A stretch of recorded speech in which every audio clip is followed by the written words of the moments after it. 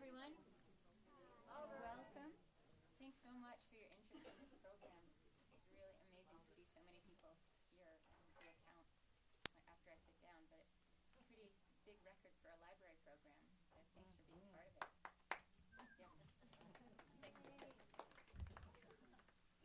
So what do you think of when you consider navigating the work of the unconscious mind? Do you think about daydreaming, those vivid thought distractions that often lead us seemingly off course of our daily paths and into new creative possibilities? Do you think about sleep and nighttime dreaming and the oh so many dreams that we wake up from, consequently forgetting all about? How about the mysteries of being induced into hypnosis and the personal benefits of that unfettered state? Could it be scary? Could it be therapeutic? Could it be condemning? Could it be all of the above? We have an expert here tonight. And to call him distinguished is most appropriate. And to call him my friend is a very great honor for me. Victor P. Garlock, PhD, is the author of the book Your Genius Within, an exploration into sleep, dreams, and self-hypnosis. Dr. Garlock has taught psychology and education courses at a community college, a liberal arts college, a private vocational institute, and a maximum security prison. Among many other college-level courses, he has taught the psychology of sleep and dreams and introduction to hypnosis and meditation. He was the recipient of the State University of New York's Chancellor Award for Excellence in Teaching. Among other professional organizations, Dr. Garlock has been a member of the International Society for Professional Hypnosis, the Association to Advance Ethical Hypnosis, the National Guild of Hypnotists, and the International Association for the Study of Dreams, the National Education Research Association, and the Society for the Teaching of Psychology. He earned his doctorate from Cornell University, where he was also a researcher in the Department of Psychology and the Graduate School of Education. Dr. Garlock has conducted enrichment programs for elementary and middle school students on the topic, middle school and high school students, on the topic of sleep and dreams. He's conducted in-service workshops on stress management for hospital medical professionals and private corporations. He's also conducted in-service workshops on hypnosis for community mental health center professional staff. He was the first director for Florida's Assertive Community Treatment Program for Miami-Dade County. This innovative initiative provides a wide array of psychiatric services to the most seriously and persistently mentally ill. Dr. Garlock has also been successful in the private sector as an ownership partner of an international electronics equipment recycling, remanufacturing, and exporting company. He was the Director of Human Resources and later Vice President for Strategic Planning. He has been an active charitable and public service volunteer. He served as the chair of the Board of Directors of a community mental health center, chair of the Board of Directors of a nonprofit family medical health facility, and chair of a community services board charged with the oversight of mental health-related agencies in its county. He has also been a hospice volunteer. He is also a private pilot and a member of the International Wheelchair Aviators. Dr. Garlock is an adjunct faculty member in the psychology department for the Art Institute of Fort Lauderdale and a hypnosis consultant and associate at the Institute for Essential Change, a private outpatient mental health facility specializing in addictions. He regularly conducts sleep, dream, and self-hypnosis workshops in a variety of settings. Victor currently lives in Fort Lauderdale, Florida with his wife Susan, a small choir of Shih Tzus, and a canary named Florence Nightingale, who I like to imagine carrying a sweet tune, perchance to dream by. During his free time, Victor enjoys a jog on the beach and a swim out to the mighty waves of the Atlantic. He also enjoys staring out into the vast heavens of the night sky, contemplating, knowing, and experiencing what we understand to be only a speck of it. It's not too unlike Dr. Garlock's work with humans, unlocking the genius within. To explore the frontier that so often is unpioneered territory, staked out as the mind's and soul's interior. So I'd like to remind all of you that in addition to this evening's workshop, tomorrow morning at 8 a.m. at Between the Covers bookstore. There's going to be discount lattes, along with Victor being there for an informal coffee talk and book signing. Please come over in the morning and tell your friends who may not have had a chance to get here tonight to join us then too. So for now, let's offer Dr. Victor Garlock.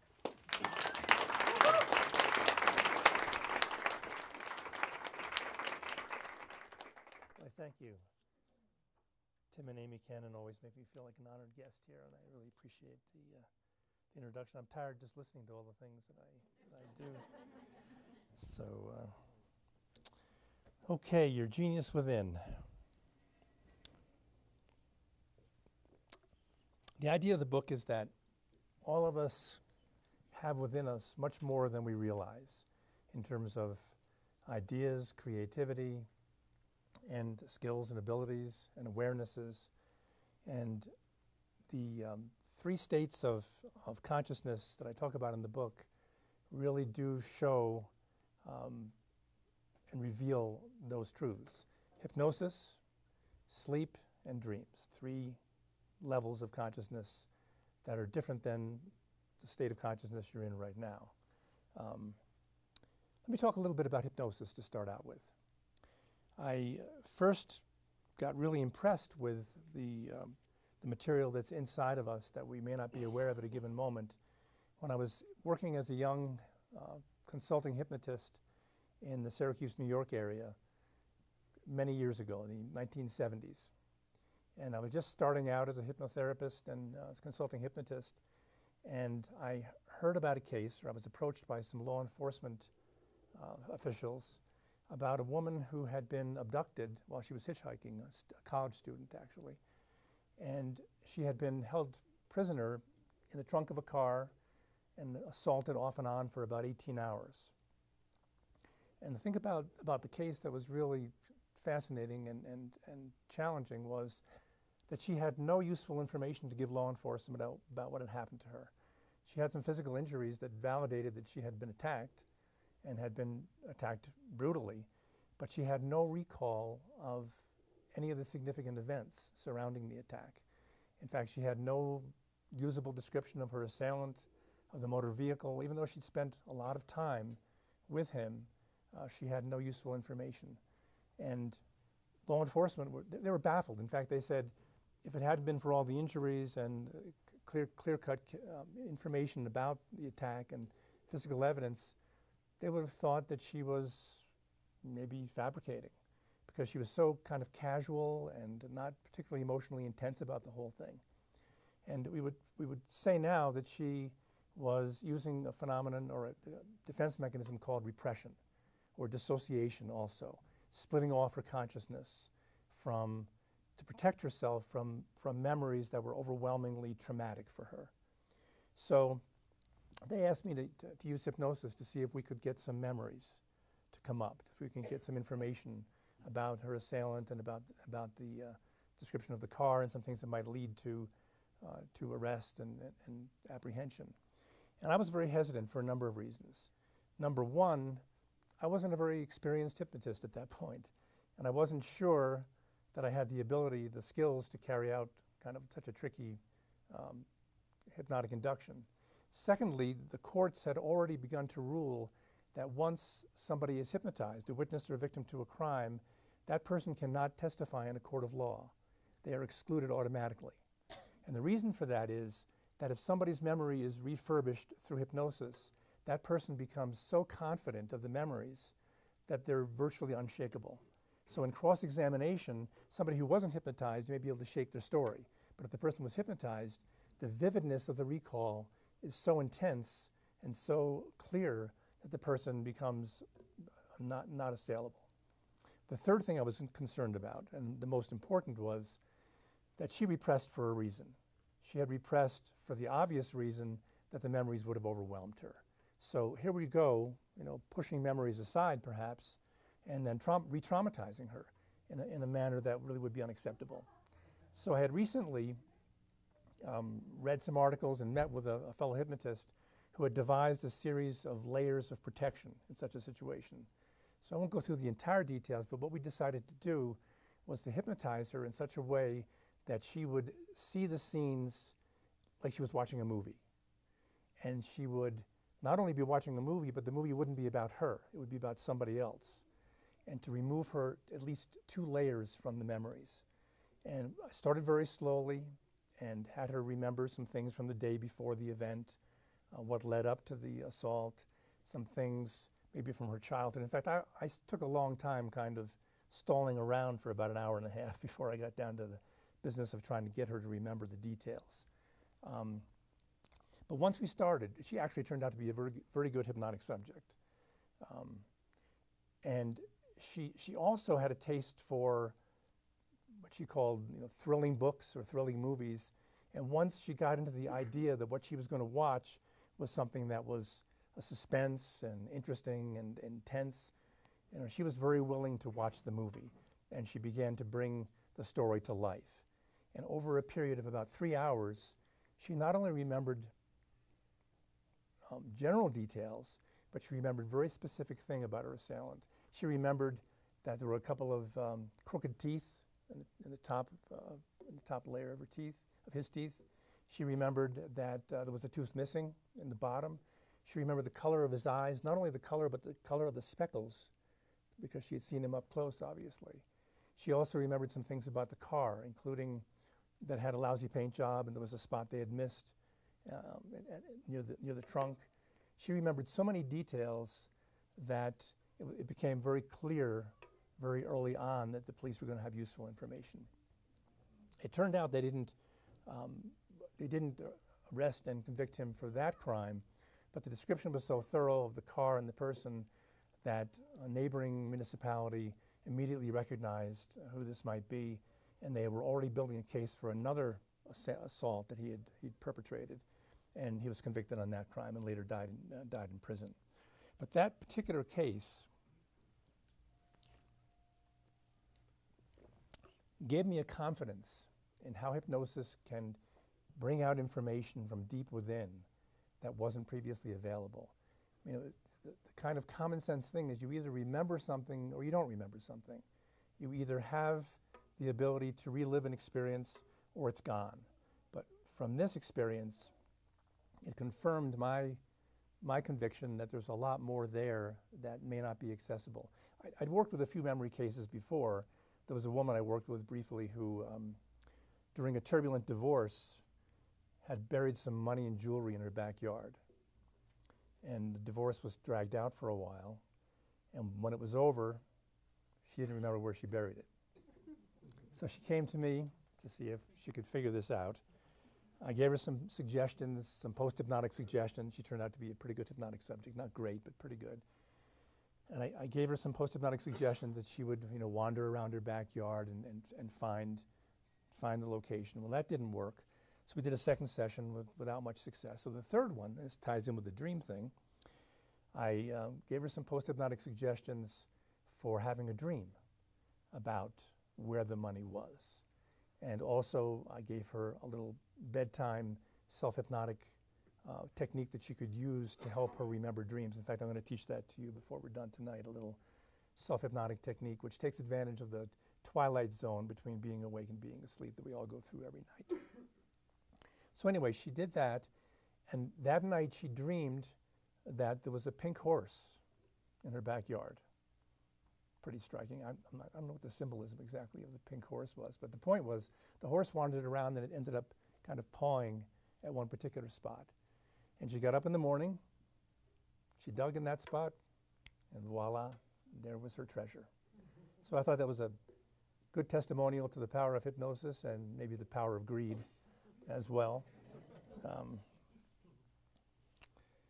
So let's see, a little more about hypnosis. Let me talk to you a little about maybe what hypnosis is and what it is not, and then talk a little bit about the history of hypnosis, to kind of to give you an idea of how hypnosis has been used over the centuries. First of all, my view of hypnosis, and I think the generally accepted view now, is that hypnosis is a form of concentrated imagination. It's focused concentration. Your mind becomes so engrossed in what you're focusing on that everything else falls away, and the power of your ability to think, to remember, to control physical processes, to control pain, to remember things, that all becomes much more readily accessible. It's kind of like focusing the sunlight with a magnifying glass. You focus the magnifying glass, and you can start a fire, and you feel you have a little kindling with that power. So it's that kind of focus. It's focused concentration, and but in a more general way, all of us have been in a state of hypnosis. In fact, you've probably been in hypnosis or a light hypnotic kind of place today. You know, there's a thing called road hypnosis. Maybe you've had that experience. You're driving somewhere, maybe somewhere where you regularly go, and you get there and you say, "Did I stop for that stop sign back there?" Or, you know, I know I went through some lights, some traffic lights, but I don't remember any of it. You know, you're kind of gone. Or maybe you're in the middle of listening to somebody and you zone out. Or maybe you have it in your mind that there's a news story coming on the radio, and you have the radio playing in the background, you're doing something in the kitchen, or maybe you're driving your car, and you have a news story. You really wanted to hear what's happening in this particular news story. The radio's on, you get doing something else, the news is over, and you say, "I didn't hear it." It was playing in your ears, the words were there, they were available, but you were somewhere else. That somewhere else would be a kind of hypnosis. Another example would be an experience we've all had, and that's going to the movies. And this example kind of gives you an idea about how under hypnosis we suspend our usual way of looking at reality. There's a suspension. You know, when I give somebody a post-hypnotic suggestion not to feel pain, and we'll talk a little bit about how hypnosis has been used for years in that regard. You know, of course you feel the pain. Of course there's something going on in an illness that has a lot of pain associated with it. But under hypnosis, we can get into a place where that reality is not the reality you're focusing on. So if you go into a movie theater, you sit down and you know that what you're going to look at are actors and actresses, and somebody wrote the script and somebody directed it. So you know they're not going to be real people. You also know that what you're looking at isn't even real. It's a technological event. And so you're looking at light and shadows and colors and things. So you could say all that. If I said to you, "Are you going to watch real people doing real things?" you would say, "No, that's not what's going to happen." But once you get focused and your imagination has been captured, all that goes right out the window. And you know, if something suspenseful happens, maybe somebody's walking in an alleyway, the main person that you're focused on, and somebody sneaks up behind him, and you might jump as though it was happening to you, or you might laugh out loud, you might cry, all because of these flashing lights in front of you. But that's a kind of hypnosis.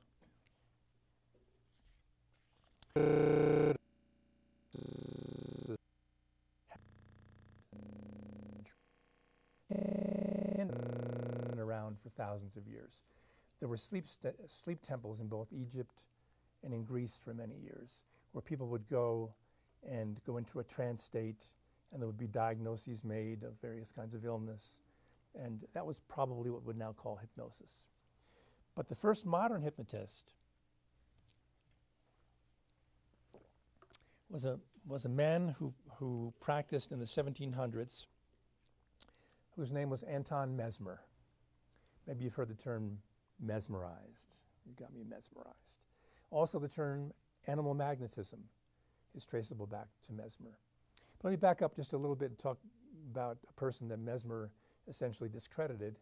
There was a parish priest by the name of Joseph Gassner, who in the 1760s and 1770s was traveling around. He was a very popular, flamboyant character, and he was doing faith healing, kind of like a modern televangelist, I guess, of some sort.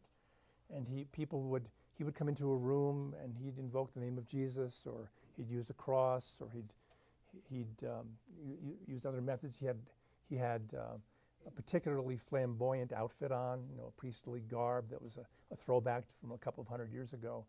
And he was widely popular in Central Europe, in places like Austria and what would now be the Czech Republic, that area.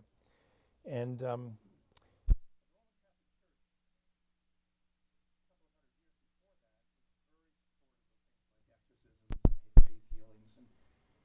there were a number of pamphlets written by priests and others about how to discover a witch or how to cast out evil spirits.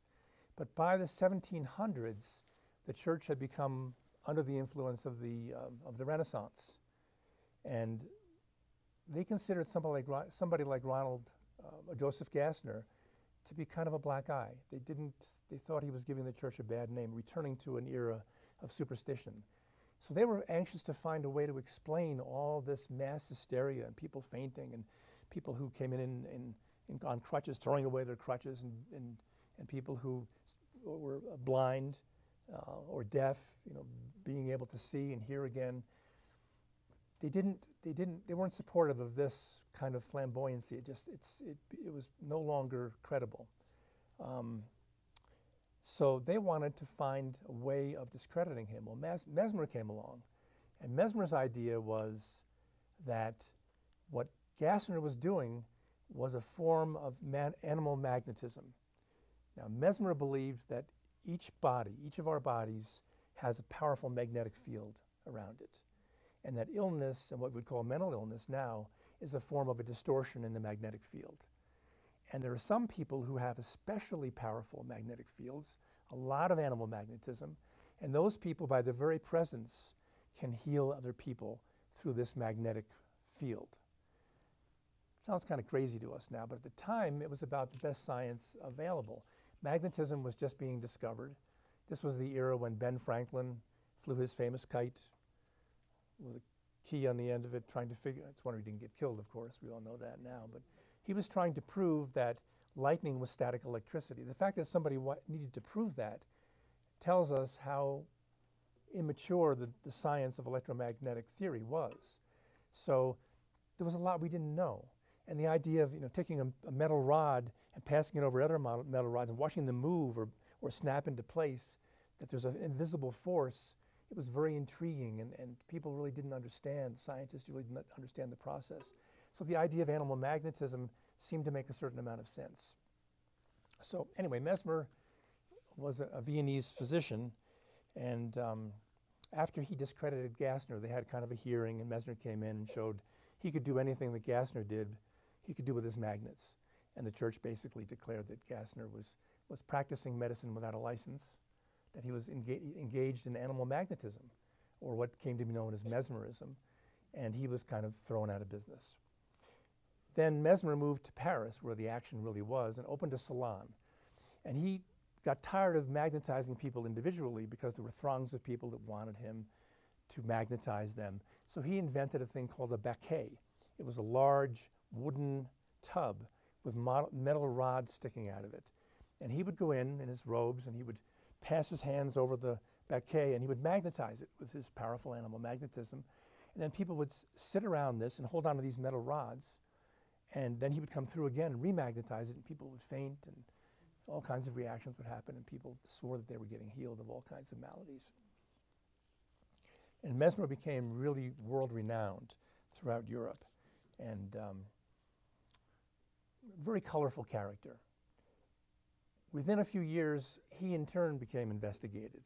He had a number of assistant young handsome men who were assistant magnetizers that he would transfer some of his magnetic field to. And almost all of his clients were aristocratic women from the pre-French Revolutionary time. And they all were very enthusiastic about the healings from these assistant magnetizers. Some of the husbands, some of the aristocracy got a little bit concerned. They kind of accused Mesmer of running a glorified massage parlor. And they objected, and then there were some scientists who began to question the idea of the animal magnetism theory itself. So they in turn formed an investigative body, and on this panel, appointed by the French Science Institute, was Ben Franklin, who was the American ambassador to Paris at the time, a young inventor whose name was Joseph Guillotine, who later became very well known for his supposedly humane way of execution. After the French Revolution, he himself fell victim to the guillotine. But what they did, one of the things they did was kind of a clever scientific ruse. Mesmer would magnetize these metal rods. In fact, he came to actually physically magnetize them with other magnets. And he said that it was the extra power of his magnetic field plus the power of the magnets which would bring about healings. And what the committee did was they demagnetized, or they brought in phony magnets that weren't magnets at all, and Mesmer used them, and the results were dramatic. And they said, see, gotcha. You know, it wasn't magnetism after all. So this and a few other revealing kinds of experiments demonstrated that Mesmer's theory was not correct, and that what was going on was not animal magnetism. But nobody knew exactly what was going on at that point. Well, because Mesmer was discredited, it didn't mean that other people didn't still practice mesmerism. In fact, there arose a lot of entertainers, kind of like stage hypnotists now, who would go around with magnets to various places, like putting on a show, maybe having some kind of entertainment, and then the magnetizer would come out with a bag of magnets. And some of the things they would do would be to wave the magnetic wand over somebody who was particularly susceptible, and they knew how to as a modern stage hypnotist knows, some people are more suggestible than others. And they would have somebody see some mysterious glowing light in the sky.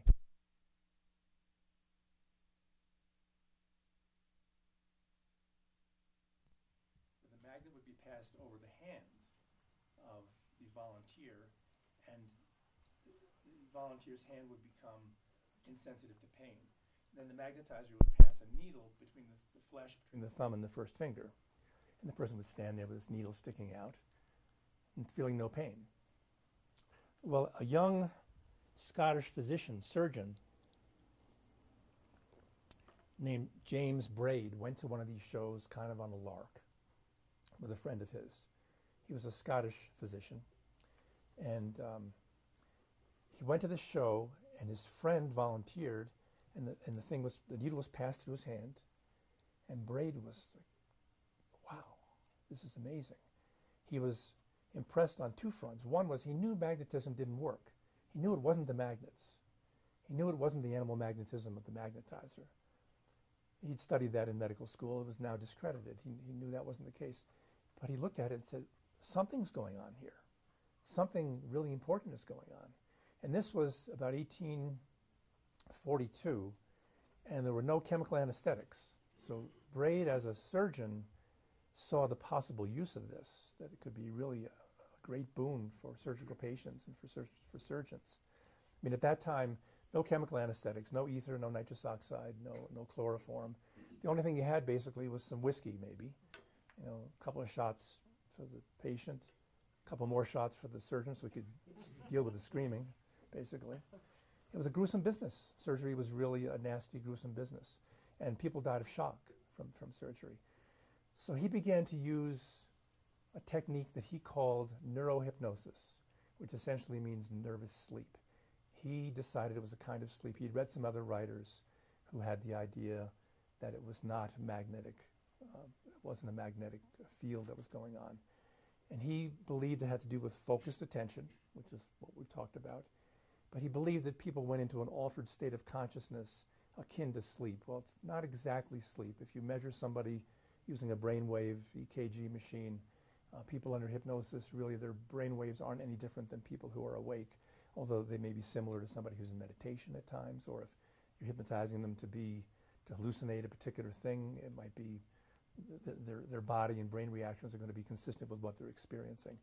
So he began to do surgeries, and he had a colleague of his, James Esdale, who was a medical missionary to India, who did over 800 or 900 different surgical procedures using, Esdale still insisted on calling it magnetism, but the two of them together showed that whatever this phenomenon was, it could be used for pain relief. And the statistics that they developed at that time still hold that about 1 person in 4 can get such pain relief from hypnosis that major surgery can take place without any discomfort whatsoever.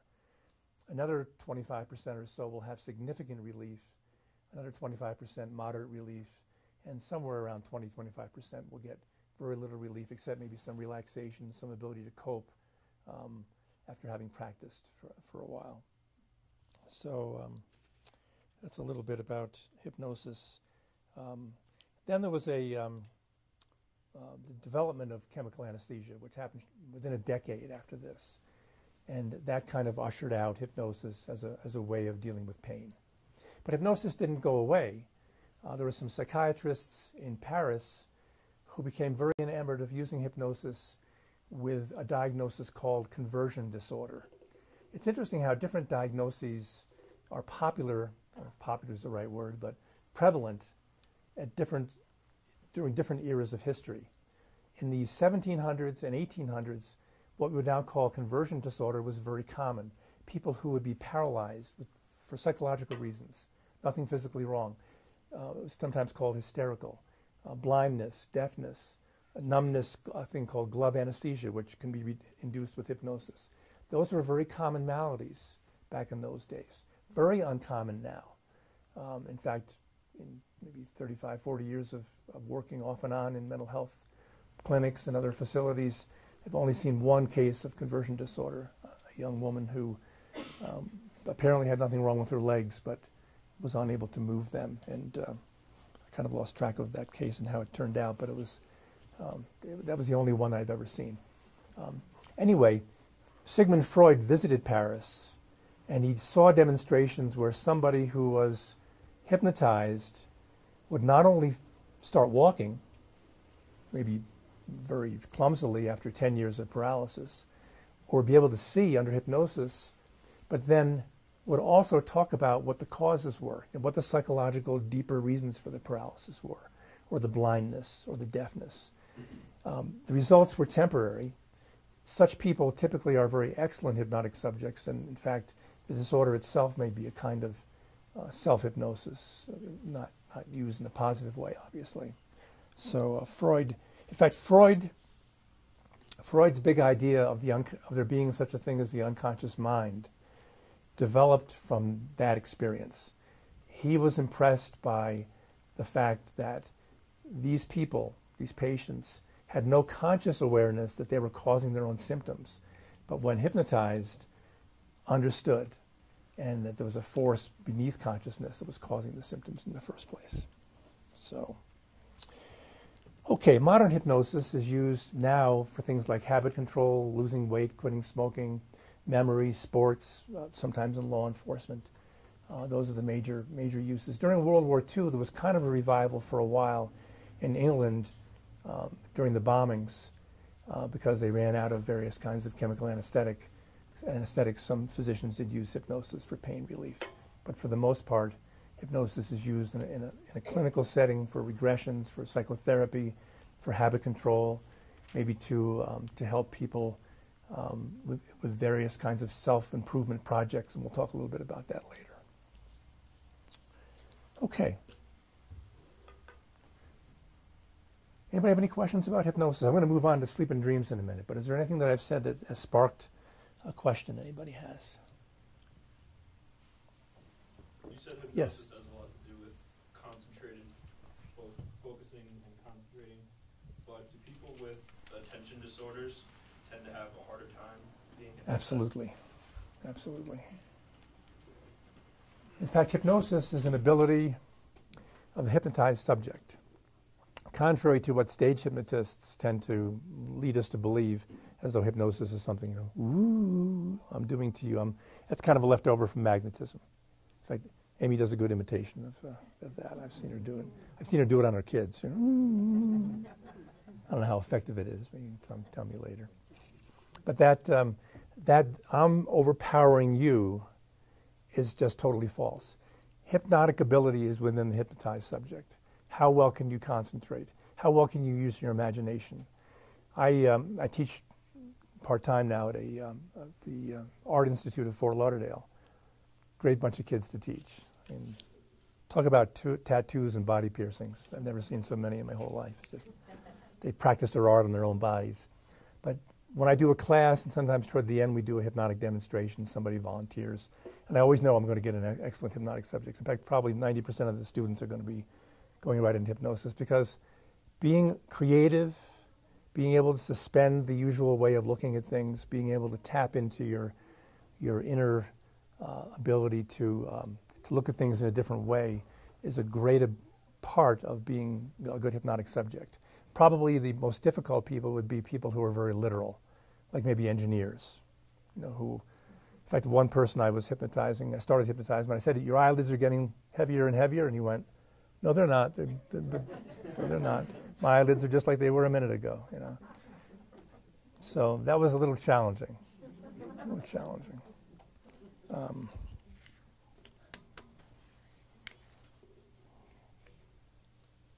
Let's talk a little bit about sleep.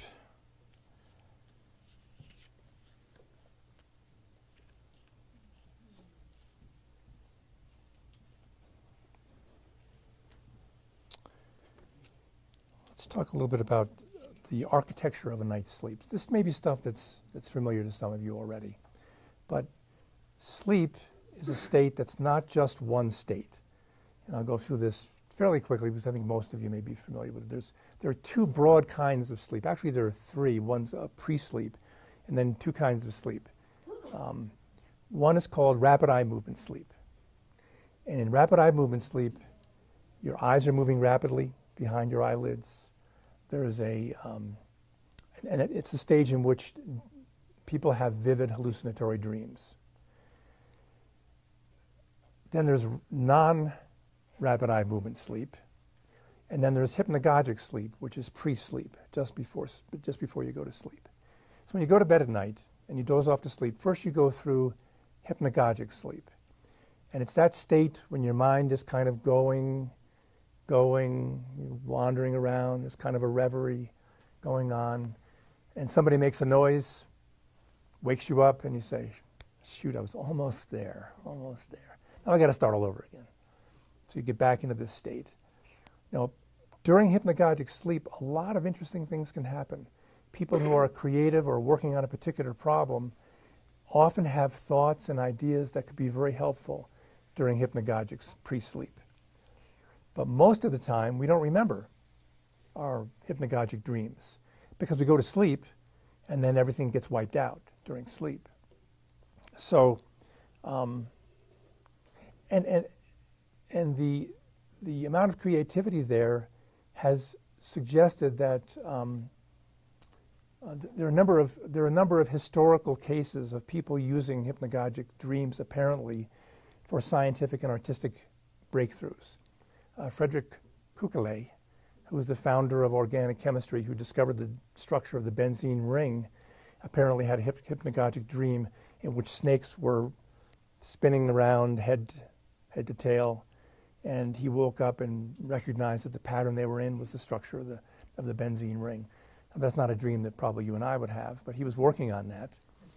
And we figured it was a hypnagogic dream and not a REM dream because it happened while he was a passenger on a horse-drawn bus. So he probably went into hypnagogic state and was awakened by something, and that's when it hit him. Salvatore Dali had a technique that he suggested young artists might use to capture hypnagogic dreams, because he said that almost all of his ideas for his art came from dreams. And he was particularly fond of, he didn't call them hypnagogic dreams, but he was particularly fond of the reverie just before going to sleep. And he had a technique that he recommended to young artists called sleeping with a key. And he suggested you sit in a chair, in an easy chair, or an armchair, and you put your arm on the arm of the chair and you hold a key. And on the floor, beneath the key, you put an upside-down metal plate. And then you just relax and doze off to sleep. And as you're dozing off to sleep, you'll begin to have ideas going through your mind, thoughts going through your mind. You're going to sleep, you're getting more, you're almost asleep. And when you get to a sleep state, your body will relax so much, your fingers will relax, you'll drop the key on the metal plate, you'll wake up and write down whatever's in your mind. So if any of you have creative endeavors and you feel blocked, you might try Salvatore Dali's sleeping with a key technique. Okay, you go through a night's sleep. First, you go into non-REM sleep. First, a shallow level of sleep. It's the first one that occurs, what's called stage 1, very creative. The next one is stage 2, stage 3, and stage 4. 3 and 4 are very deep. They're sometimes called deep sleep or delta sleep or slow wave sleep. Delta describing the brain wave, which co-occurs with deep sleep. It's the deepest level of sleep. It's the stage of sleep that if you know a sleepwalker or a sleep talker, that's when it happens, during delta sleep, during the deepest levels of sleep. And will almost always happen early in the night's sleep, because that's when you spend most of your time in deep sleep. It's as though your brain wants to kind of rush through the shallower levels of sleep and get into deep sleep right away, because that's what's needed, physical restoration. Growth hormones are up, the brain wave is very slow, the heart rate is down, blood pressure is down. It's really a restful and restorative stage of sleep. It takes about 20 minutes to get into stages 3 and 4. The first couple of stages are fairly shallow, but you only spend a few minutes in those, 10, 15 minutes, and then you're in stages 3 and 4. And you stay in stages 3 and 4 for almost an hour, maybe 45 minutes. Then something interesting happens. The person's sleep begins to shallow up a little bit. The brain waves become spiky. There's a couple of spindles, they're called sleep spindles, that begin to occur. The person goes up from stage 4 to stage 3 to stage 2. And we know all this from sleep laboratories, by the way, which have only been around since about the 1950s. Before the 1950s, we didn't know anything about REM sleep. I mean, I'm sure some observant people had noticed some unusual sleep patterns, but nobody ever scientifically studied it. The first sleep laboratory was at the University of Chicago, and was, at first there was just a lot of excitement about what was being discovered. Anyway, the sleep shallows up to about stage 2. And we know that because we can check what stage people are in, not only by the brain waves, but also by just trying to wake them up. You know, if you're in a deep sleep, you're going to be more difficult to awaken. If you're in a shallow level of sleep, you're going to be easier to awaken. So when the person gets into stage 2, now some people will go ahead and wake up at that point. You know, if you have to go to the bathroom, or it's a noisy room, or whatever, you may wake up at that point. But typically, you'll go up to about stage 2, and then weird things start to happen. Sleep spindles, spikes in the brain waves, the eyes will start to move, blood pressure will begin to go up and down, the skin will show moisture, showing that there's some intense emotions going on. And if you wake somebody up during REM sleep, which this is called, the eyes are moving rapidly, the person will report a vivid hallucinatory dream. Now, during the first REM cycle, lasts only about 10 minutes. So during the first, and this is a 90-minute cycle. It's about a 90-minute cycle. Then it repeats itself, 90 minutes. We have a rhythm of 90 minutes. In fact, there's evidence we have a 90-minute rhythm during the day as well. We just don't notice it because stuff is going on. We have a number of rhythms. We have the circadian rhythm around the clock.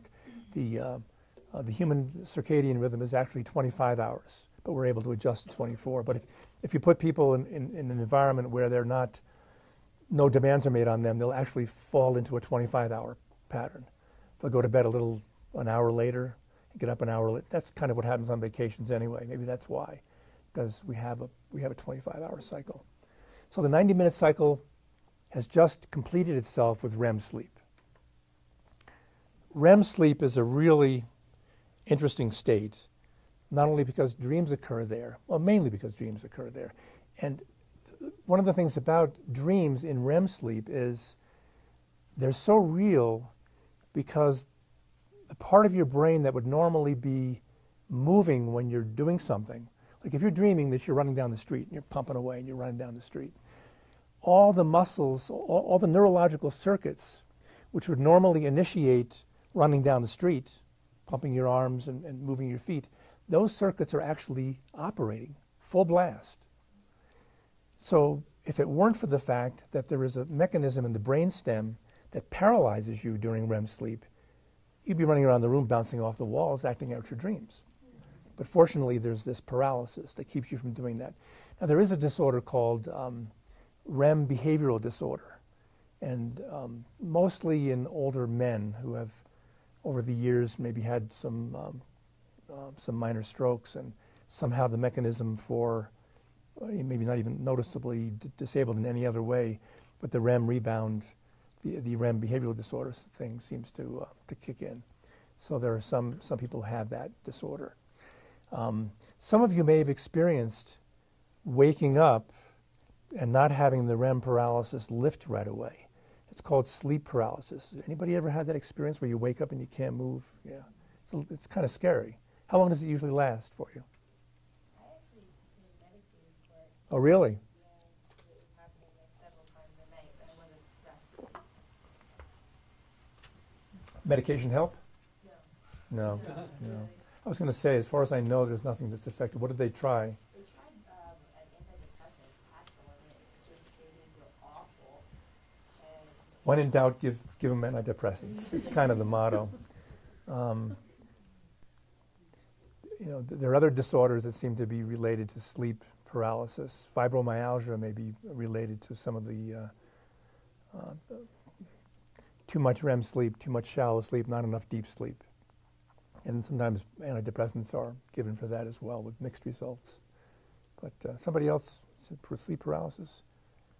Anybody else? Yeah, you've had it? I just think it's sometimes, is it also like that sort of warped feeling where you really want to wake up, but you're drawn back, kind of does it feel like a sluggish? Yeah, that's a little different. This is actually being unable to move. Oh, okay. Physically being unable to move. And sleep paralysis when you wake up is one thing, but I think the other thing that many people experience is some hints of sleep paralysis while you're dreaming, so that you feel like you're sluggish and you can't get your body to move very well. How many have experienced that? That's very common. That, I think, is your conscious mind tuning in to the fact that you actually are disabled to some degree, or to a large degree. You're paralyzed. It's pretty physically disabled. Now, the timing of waking up out of REM sleep, if you're waking up, should be that you wake up and regain full consciousness, and the paralysis lifts at the same time. Now, sleep paralysis is that the paralysis doesn't lift until after you're awake for maybe 5 seconds, 10 seconds, some people for a few minutes. How long? I never knew. I mean, it seemed like forever. Yeah, It happened. yeah. Certainly not just a few seconds, minutes. More typically, it's only a few seconds. The other thing that can happen is the paralysis can lift too soon, so that you may act out the last 5 seconds of your dream or so. Have you had that happen? Yeah. You throw yourself on the floor or sit bolt upright. Yeah, yeah. So getting the timing right, and your brain needs to get the timing right. I mentioned the fact that your body is, the neurological circuits of your body are actually moving when in the brain when you're experiencing REM sleep, but also the receptive parts of your brain. If you're looking at something in a dream, the parts of your neurological circuitry that are actually would be seeing those objects when you were actually looking in waking life, that same circuitry is being stimulated. So that's why dreams are so vivid. Dreams are not like a daydream. They're not. They don't have that feeling of, I know this is not real. They feel, that's why it's so convincing that they're real when you're actually in the dream. But there is a phenomenon that I'm sure some of you experienced, that when you become aware that you're dreaming while you're dreaming, that's called lucid dreaming. How many of you have had that experience? Yeah. That's pretty common. How many have it often, almost all the time? Yeah. It says something about the fact that sleep may be not just one total condition, that there's part of us that's awake. There's a waking part and a sleeping part. There are some animals that sleep, only part of their brain sleeps at a time. Dolphins and some, there's an African deer of some sort that does the same thing. You know what dolphins do when they sleep? They swim. Yeah, and they continue to function because they only sleep one half of the brain at a time. One half of the brain is sleeping, so you can't see out of that eye. You're totally asleep, the dolphin is. But the other half is keeping an eye out for predators and going about your business and eating fish and doing whatever you... And then that part gets tired and goes to sleep and wakes the other part up, and it's kind of this harmony. Well, we don't do that exactly, but we do we do have the ability to be partially awake, and lucid dreaming is one of those aspects of the experience where we're not totally asleep. Now, I said before that sleepwalking and sleep talking occur during stage 4, usually non-REM sleep. Most people think, well, sleepwalking and sleep talking, you're acting out a dream. Well, sleepwalking and sleep talking can't occur during REM sleep, so you're not acting out a typical dream. But what we do know, what this makes obvious, is that even when you're in non-REM sleep, the lights aren't entirely turned off. There's still stuff going on. Those are called non-REM dreams. So if you wake somebody up during REM sleep, the person will talk about, I just dreamed that I was back in high school and I couldn't figure out the combination to my locker, and my buddy came along, but it wasn't really my buddy. He actually was my father, and all that weird stuff that you have when you're dreaming. That's a REM dream. In non-REM dream, you wake somebody up, if you can wake them up in deep sleep, which is difficult, the person will say, oh, I don't know where I was. Maybe I was at the beach. I was hearing the waves. Somebody was talking to me, but I don't know who. I had this kind of feeling that something bad was about to happen. Other than that, I don't really know. So they're very vague.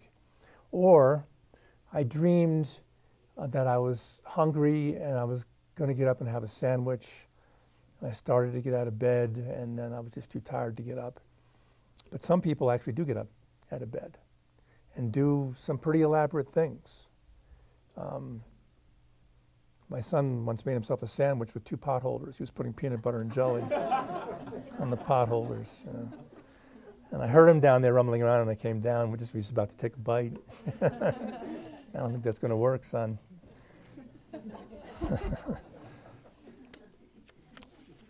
This is also the stage when night terrors take place. I draw a distinction between nightmares and night terrors. A nightmare is an old English term for an incubus or a spirit, because they were considered to be visitations from an evil spirit of some sort.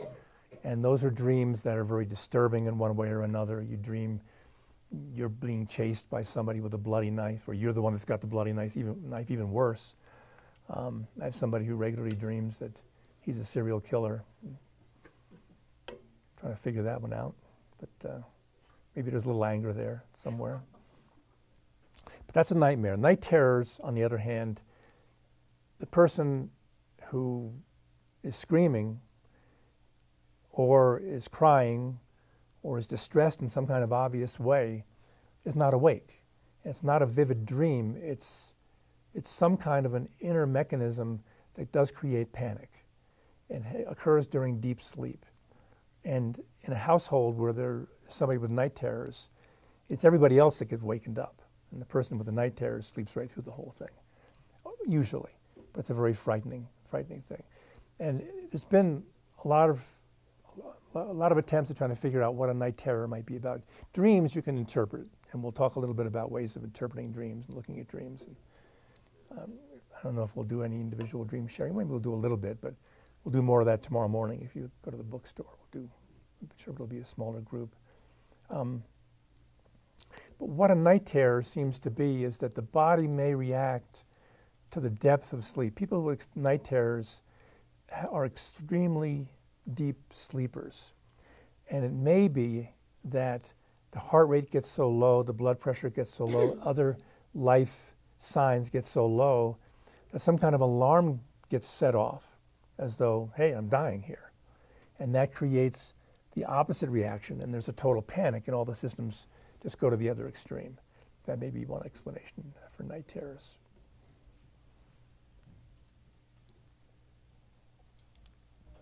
Yes? During the night terrors, then do the physiological parameters, blood pressure and so forth, go up? And Yes. also Yeah, tension absolutely. increases? Yes. How are we doing? Yeah, go ahead. Question, where in there were premonition dreams fit?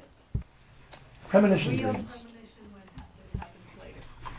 Where would that fit? Let me tell you about one that's, I I talk about in my book, Premonition Dream. There was a woman. I was going to ask you, how are we doing? Do we need a break, do you think? Or are we all right now? Let's go a little longer, and we'll take maybe a 5-minute break to stretch your legs or use the restroom if you need to. This woman dreamed that she was sitting on the deck by her pool in her backyard, and she heard the back door open, and she knew that her husband had made a particularly effective lock, they thought was effective, to keep their 2-year-old from toddling out at inappropriate times unsupervised and falling in the pool, obviously, a great danger. So she was dreaming, and she heard the door open. She thought it was her husband coming out.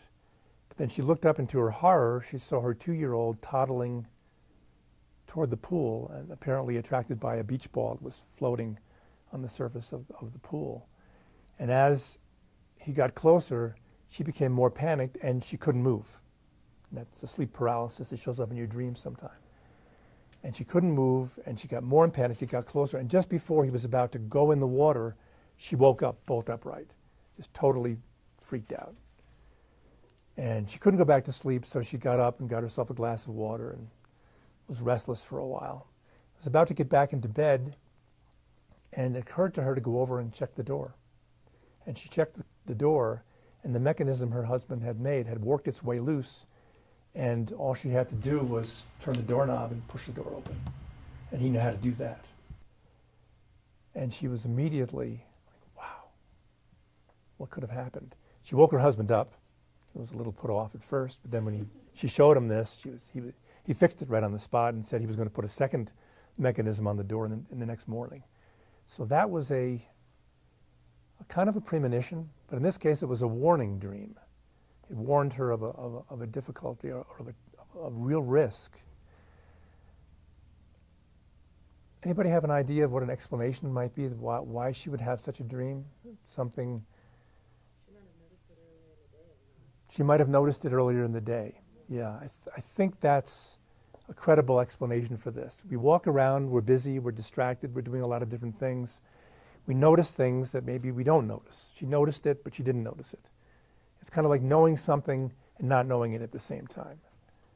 So then her sleeping mind considered this information important enough to create a dream about it. And that dream could very well have saved her son's life. So that's one kind, that kind of explanatory, that kind of explanation, I think, applies to a lot of dreams that seem to predict the future, whether it's there's one I mentioned in my book where a woman who had a farm and they had some rat problems, so they got some cats, and there were a lot of rats strewn around the place one day, and she was kind of disgusted by the whole thing. They had to clean it up.